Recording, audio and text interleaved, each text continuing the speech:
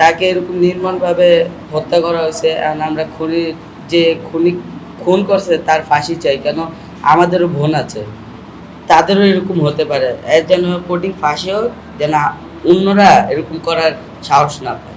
একটু বাচ্চাকে এভাবে নির্মমভাবে হত্যা করছে, ওর ফাঁসি হওয়া উচিত। যেন জনসম্মুখে ফাঁসি হোক, এটাই আর কি চাই। আর একজন ছোট মেয়েকে মানে এভাবে ধর্ষণ করা খুবই খারাপ কাজ। এটা আমরা চাই যে তার জনসম্মুখে মানে একটা উপযুক্ত একটা শাস্তি পাক, এটাই আর কি চাই।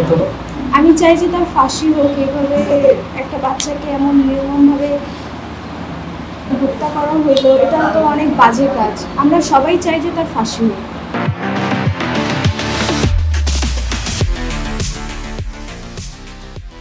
রামিসা মাত্র 8 বছরের ফুলের মতো একটা বাচ্চা, তার প্রতি যে নৃশংসতা ঘটানো হয়েছে, এটা আমাদের শুধু আমাদের তার পরিবারের জন্য না, পুরো সমাজের জন্য খুবই বেদনাদায়ক।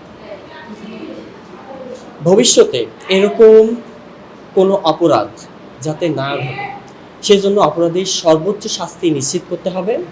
আর আমরা আজকে জানি, আজকে 7 তারিখ, আজকে রামিসা হত্যার রায় হতে যাচ্ছে। এবং একজন শিক্ষক হিসেবে আমি অপরাধীর মৃত্যুদণ্ড, মানে আমি শাস্তি হিসেবে মৃত্যুদণ্ড চাই, যাতে ভবিষ্যতে এরকম অপরাধ আর করার কেউ সাহস না পায়। আমরা চাই আমাদের রামিসা আমাদের সন্তানের মতো ছিল, এবং তার যেন যার হত্যাকারী যে নিজে স্বীকার করে নিয়েছে, এবং এর জন্য সাক্ষীর দরকার হয় বলতে আমরা মনে করি না। এবং যত তাড়াতাড়ি সম্ভব, বাংলাদেশের আইন অনুযায়ী 3 থেকে 5 মাস, কিন্তু এরপর অলরেডি প্রধানমন্ত্রী ঘোষণা দিয়েছে যে 1 মাসের ভিতরে বিচার কার্য সম্পূর্ণ করবে, এবং আমরা চাই 1 মাসের ভিতরে যেন তার ফাঁসি হয়।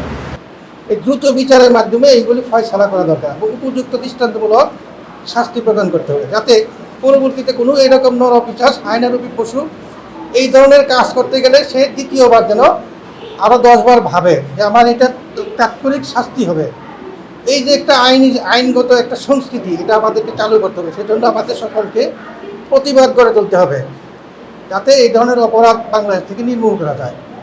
আর এইখানে আমাদের শিক্ষিত সমাজ, ছাত্র সমাজ, সাংবাদিক এবং পেশাজীবী যারা সমাজ নিয়ে চিন্তা ভাবনা করেন, সমাজবিজ্ঞানী, রাষ্ট্রবিজ্ঞানী, প্রত্যেকের একটা নৈতিক দায়িত্ব আছে এই দর্শনের বিরুদ্ধে একটা শক্তিশালী প্রতিবাদ গড়ে তোলা, যাতে এই প্রচলিত আইনের ফাঁক ফুকর দিয়ে অনেক সময় আসামি বের হয়ে যায়। সময়ের দীর্ঘসূত্রিতা, দীর্ঘদিন যাবৎ এটার মামলা চলতে থাকে, এই এক ফাঁকে আসামি জামিনপ্রাপ্ত হয়। এই যে একটা দীর্ঘসূত্রিতা, আইনের একটা জটিলতা, এটা নিরসন করতে হবে।